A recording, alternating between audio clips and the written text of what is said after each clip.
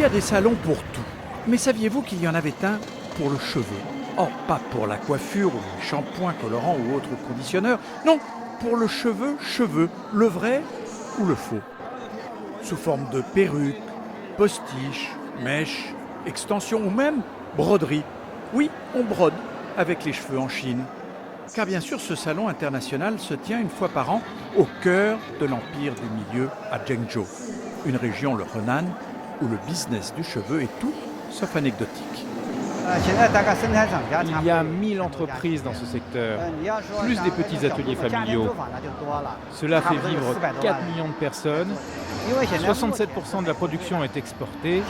Rien que pour les États-Unis, cela représente 1,2 milliard de dollars.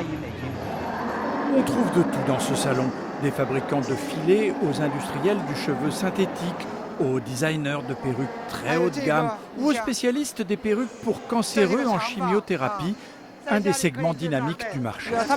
Quand tu es malade, tu n'as pas envie de rencontrer des gens.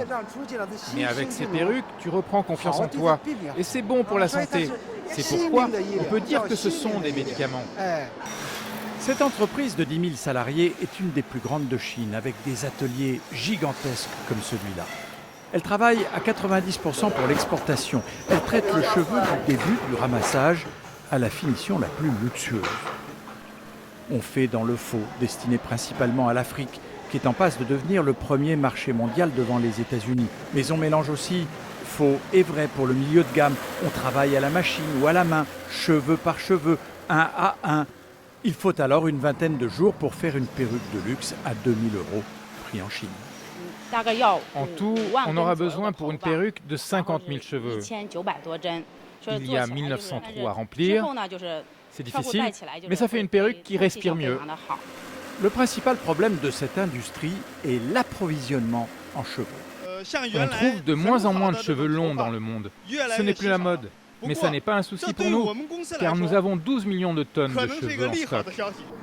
Pour cette province du Henan, le cheveu est une activité tellement importante que l'université de Souchang a ouvert cette année en son sein une faculté du cheveu. On y enseigne la gestion dans ce secteur très particulier, très gourmand en main-d'œuvre, ou le marketing, ou le stylisme. Je suis persuadé que bientôt les perruques, ce sera comme les habits.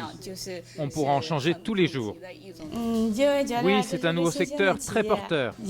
On trouvera facilement du boulot et bien payé. C'est un marché en constante expansion, 10% par an environ. Il y a de plus en plus de gens sur cette planète.